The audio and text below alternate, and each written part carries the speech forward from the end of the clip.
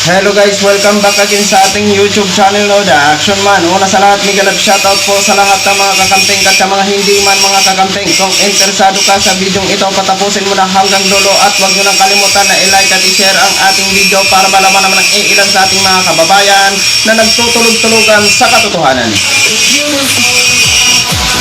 So muli naman nagbabalik ang nag-iisa nyong host na si The Action Man para magbigay ng komentaryo at reaction sa mga mainit ng issue ng bayan.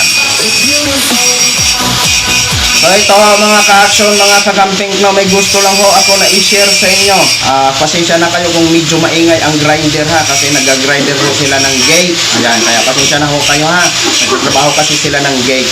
Okay, so ito ho mga ka-action, no, may gusto lang ho ako na i-share sa inyo. Regarding po ito sa simpleng sinabi ni Mr. President Bongbong Marcos, pero tiyak sa full po ang mag-ama na si dating Pangulong Duterte at saka si Mayor Baste Duterte. So alam naman ho natin na puro paborito ng mga Duterte ang gera kontra droga, na kung saan pag-declare nila ng gera kontra droga, marami agad ang namamatay. Diba? Kagaya ng pag-declare ni Mayor Baste, gera kontra droga doon sa Davao, yun isago, 7 agad ang namatay. Pero ayon sa ating mga kapulisan ng Davao, hindi daw yun related sa nasabi ni Mayor Baste Duterte, no? Wala daw kinalaman ang pagbabanta ni Mayor Baste Duterte. Ano man ang paliwanag nyo, basta yan ang aming kinagisnan na kapag mag-declare ang ama ng gera kontra droga nung siya ay presidente, grabe ang namatay. Diba?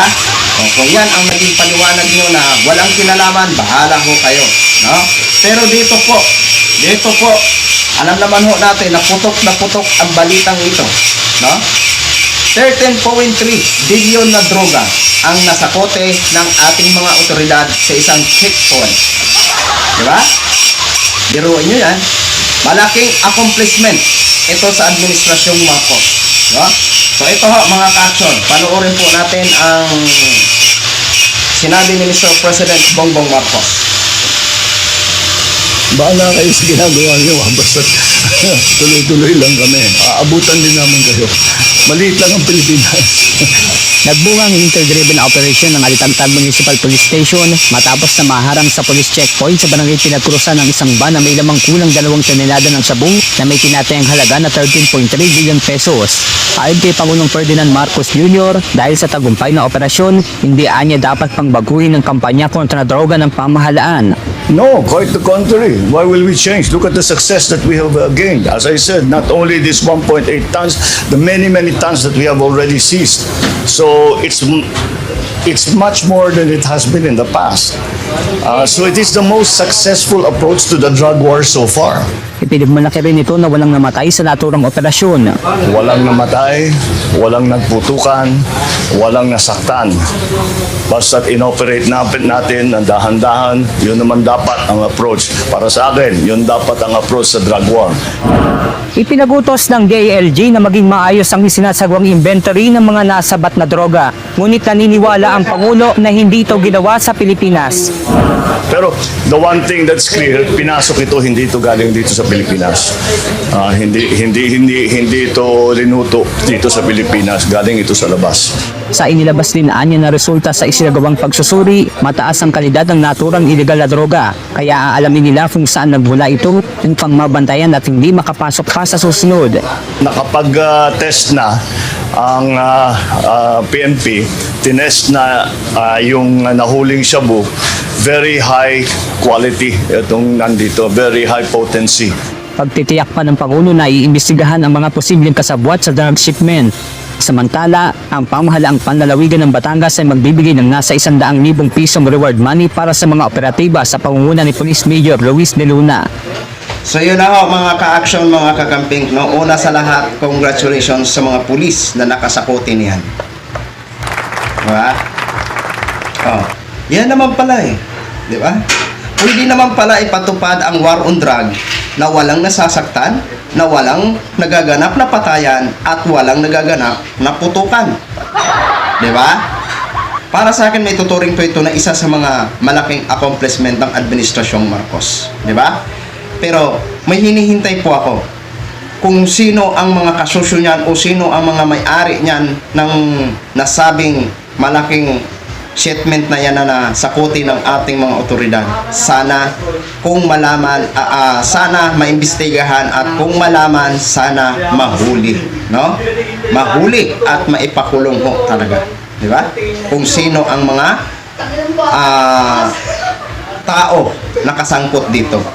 Kung galing yan sa ibang bansa at naipunta dito sa Maynila, sa Pilipinas, siyempre may mga kontak ho yan dito ng mga malalaking tao dito sa Pilipinas. At kung sino ng mga yun ang dapat malaman, no?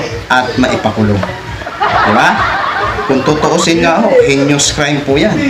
No? Dapat bitay ng katapat niya sa mga taong ganyan na gumagawa ng ganyan. Di ba? O ayan Mr. Dating Pangulong Duterte ha, at saka Mayor Basti Duterte ha, pwede din pala ipatupad ang war on drug na walang namamatay na hindi agad magpasiklat sa taong bayan. Di ba?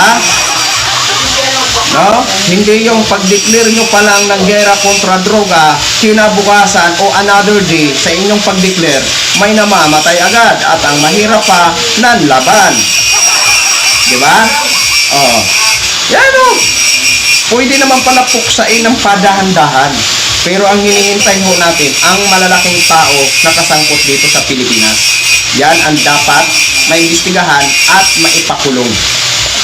Diba? Ngayon, saan nyo ba dadalhin ang illegal na droga na yan? Susunugin nyo ba? Tutunawin nyo ba? Sana naman makita ng taong bayan kung paano nyo sunugin o tunawin ang nasabing illegal na droga. Di ba? At sana, may mga kasama na mga media man nang sa ganun makovered lang naman. Di ba? Baka kasi malagay sa entonces yan. Di ba? So, yun lang ho. No?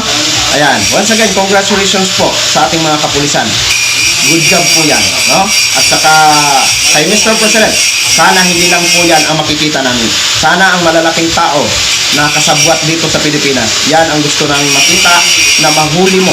Hindi man sa ngayon, sana habang ikaw ay nakaupo, matuldukan mo ng padahan ang problema sa illegal na droga. Hindi man natin sinasabi na linisin mo sa iyong panunungkulan. Ang amin lang, sana may mahuli ho kayo na mga malalaking tao na kasabwat dito. So yun lang ho, mga ka-action, mga kakamping ha. Ginshare ko lang ho sa inyo. Maraming salamat po sa ating mga viewers, Luzon, Visayas at Mindanao all over the world. Ako po ang inyong lingkod, si The Action Man. Have a good day, everyone.